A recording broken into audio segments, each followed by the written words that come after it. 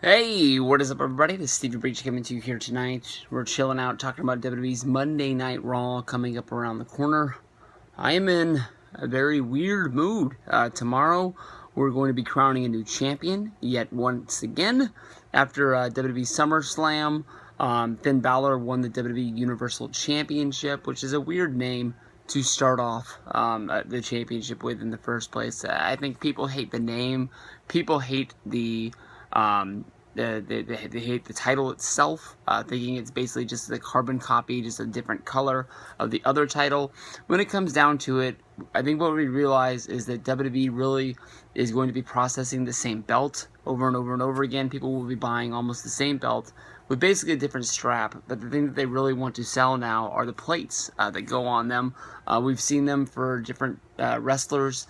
They've got a lot of Legends ones out there. They've got DX ones, NWO ones, Stone Cold Steve Austin ones. It seems that like the plates come out for people as they win the championship as they go along. It doesn't matter how much you like Zack Ryder. You're not going to get a Zack Ryder plate until he actually wins the big one, but you can get some of the other ones. But it is what it is. I'm wearing my Fuji Vice shirt. I put that on after I got home from work today. This is a shirt that honestly I got from Barbershop Windows. I probably got this shirt back in 2011. You can probably pick this up from Pro Wrestling Tees, which owns Barbershop Windows now if you're really a diehard Mr. Fuji fan. If I can go into that for just a minute, because I'm not going to make a video on Mr. Fuji itself. Most people don't really know who Mr. Fuji is, I think, these days. But honestly, a lot of people who do know who Mr. Fuji is only know him as the manager of maybe Yokozuna. A little bit older fans will know him as the manager of Demolition, maybe the Powers of Pain. Mr. Fuji was an awesome manager, but honestly, as good as a manager was, as him being a character on the outside during these matches, Mr. Fuji was even 10 times better as a wrestler back in the day. And you had to get like the older best of the WWF Coliseum home videos. I'm talking about like 1 through 5, the old stuff. Is when you really see how good Mr. Fuji was as a tag team wrestler back in the day. He used to fuck some people up. So rest in peace goes out to Mr. Fuji out there, and see where we go from there. But as we go on from here, we're going to be crowning a new champion with Finn Balor giving up the title. We had matches last week to see who goes into the Fatal 4-Way. We've got Seth Rollins, we've got Roman Reigns, we've got Big Cass, and we've got Kevin Owens. Honestly, in my opinion, let's just start out with the weakest link of all. I know that honestly when we first started talking about the brand split that was coming up with Raw and SmackDown splitting up the rosters, it was going to make these, exclusive show pay-per-views like the upcoming Backlash or Clash of the Champions. They're going to be very weak shows. You go back and you watch your old Great American Bashes, which were SmackDown branded pay-per-views. You're going to see that there's a lot of not really bad matches, but matches that you just don't even care about these days. And honestly, even with television back in the day, people didn't care about those matches at all. And honestly, with injuries to Finn Balor, I can't really think of who else is injured on the Raw brand side, but I mean, Brock Lesnar being a part-timer, you get a Fatal 4-Way where you can't even put 4 real names into there. I understand that they put Enzo and Kaz into the tag team match with John Cena going up against the Club, and that was sort of to make sure that John Cena was able to get a win over the team AJ Styles and sort of even up their battle, but it was also sort of to elevate Enzo and Kaz as a team and sort of show that they were the real deal coming out of NXT, because they didn't really want to give them the titles right out of the gate. And sort of want to get them, put on the roster and find their slots to where they're going. We've seen a lot of the teams as of late get bumped up, and Enzo and Kaz are really over. But I mean, like look what happened to the Vaudevillains. The Vaudevillains are jobbing out right now. They're looking almost like the Ascension when the Ascension was brought up to the main roster over there. But honestly, to me, if you want to get Big Kaz over, there's lots of talk on, Wrestling Observer Radio, talks like this about, Big Kaz being a future blue chipper for the WWE, that Vince McMahon thinks this guy is going to be the next Kevin Nash or be the next Diesel. I don't see it. It's not that I don't like the guy. I just don't think that he's going to be that guy. And I mean, you can really see that, Roman Reigns, that experiment is going. I think honestly that Roman Reigns is going to be a great wrestler. I think he is a great wrestler. I think he's going to be a great champion someday. I just think that people are in this funk right now where they just don't like him for some reason. People don't like John Cena. The guy brings in tons of money. It is what it is, and you either love the guy or hate the guy, and that's sort of like the same way that people feel about Roman Reigns. They want to see guys, Seth Rollins, they want to see Finn Balor, they want to see Kevin Owens, they want to see guys like that succeed. For some reason, they don't want to see Roman Reigns succeed. If you listen to the Finn Balor podcast with Chris Jericho, Finn Balor said that he didn't know much about Roman Reigns, honestly, other than what he had read on the internet and heard people say online, and he got into the ring and had that match with them on Monday Night Raw in order for Finn Balor to be the #1 contender to go to SummerSlam to fight Seth Rollins, and he found out in the lockup how good Roman Reigns was and put that guy over like $1 million, and he didn't have to do that. You can tell that he has respect for that guy, and if it's coming from a guy like Finn Balor who's wrestled all around the world, you know that really means something, and it's not just him putting him over because they're both in WWE, and he appreciated that he put him over to put him into that slot at SummerSlam.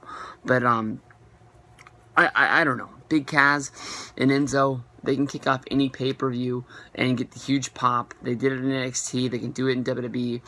It's almost, to me, like, I know that Enzo and Kaz get a huge response, but to me it's almost like if you go back to the Attitude Era and see the response that the New Age Outlaws got, because the Road Dogg came out and said, oh, you didn't know, that they were like, oh, let's make Road Dogg world champ. Didn't happen. That's the same thing I feel about Enzo, the same thing I feel about Big Kaz. Great tag team.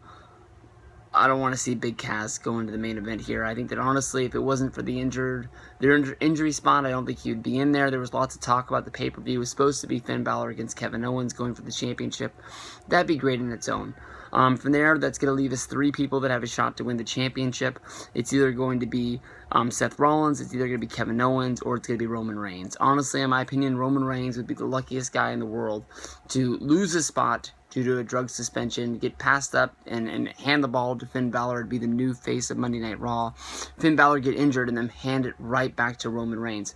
Does make sense because you can immediately go into Roman Reigns versus Seth Rollins. Seth Rollins loses the match at SummerSlam. Seth Rollins loses to Finn Balor, which some people think that automatically would set up Seth Rollins versus Finn Balor as some match down the road. And then you have to sort of realize when Finn Balor is going to be coming back. Some people say 4 months, which puts it around the Royal Rumble. Some people put 6 months, which in my opinion would put it on WrestleMania time, but I don't think that it's going to give him a WrestleMania debut. I think that would honestly put it towards a WrestleMania, a Raw after WrestleMania debut, to sort of kick something off. I don't know if that means he can push him right into the main event slot, unless you go with some sort of like a WrestleMania rematch, but you add Finn Balor into the main event and make it a 3-way, or it could be something like last year where you use a guy like Triple H who's not a full-time wrestler in the main event, and then he just sort of falls off the face of the earth, and you put Finn Balor right into that slot against a guy like Seth Rollins. If it is Seth Rollins versus Triple H, I don't know if Triple H is going to be in the main event again, but we'll have to see where we go from there. Yeah, sorry about that. My roommate just came in here to tell me that the King signed Ty Lawson to a 1-year deal. Big deal. We still suck. But honestly, when it comes down to it, I've been making this video for a while. I'll come out and say that I think Seth Rollins is going to win the championship. It makes the most sense to me. But I really feel this is the biggest chance for WWE to get behind a guy like Kevin Owens. I know that they were working on a Kevin Owens and Chris Jericho split. I don't know how you split those guys up and both guys remain heel.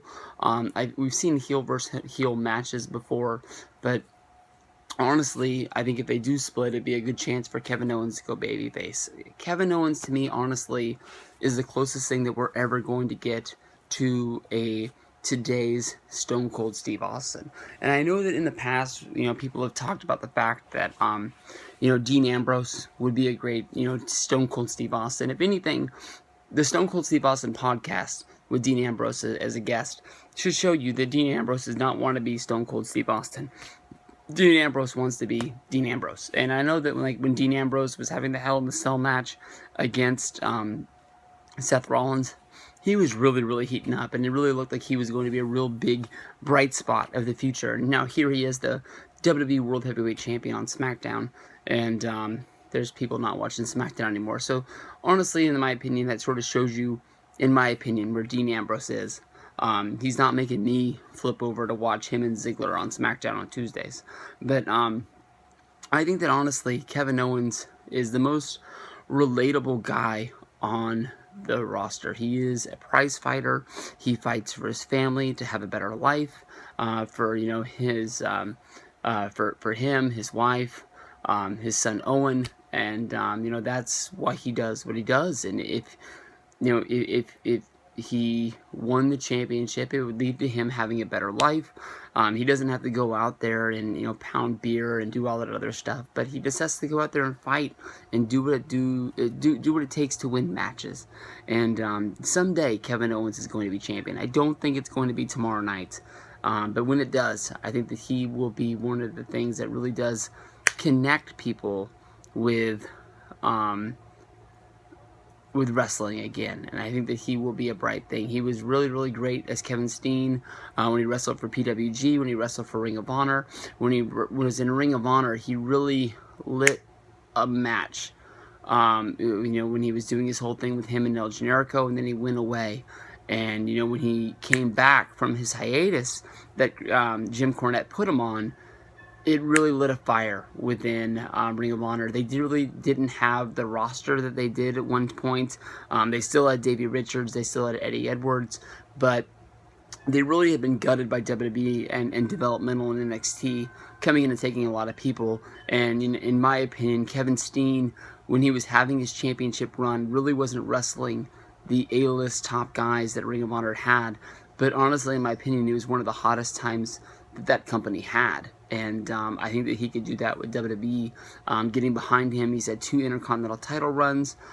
Honestly, in my opinion, him beating John Cena is something that is his brightest moment. Him winning the Intercontinental Championship the first time, him winning the championship the second time really wasn't his biggest moment as the first, but him winning the WWE Championship is going to be a big, huge moment for a lot of people that have been following his career for a long time. I'm hoping that it's tomorrow night, but I'm going to be picking Seth Rollins. Honestly, in my opinion, I have no idea what else is going to be going down on Monday Night Raw, so I'm going to go study up on that, and I'll be right back with you in a little bit.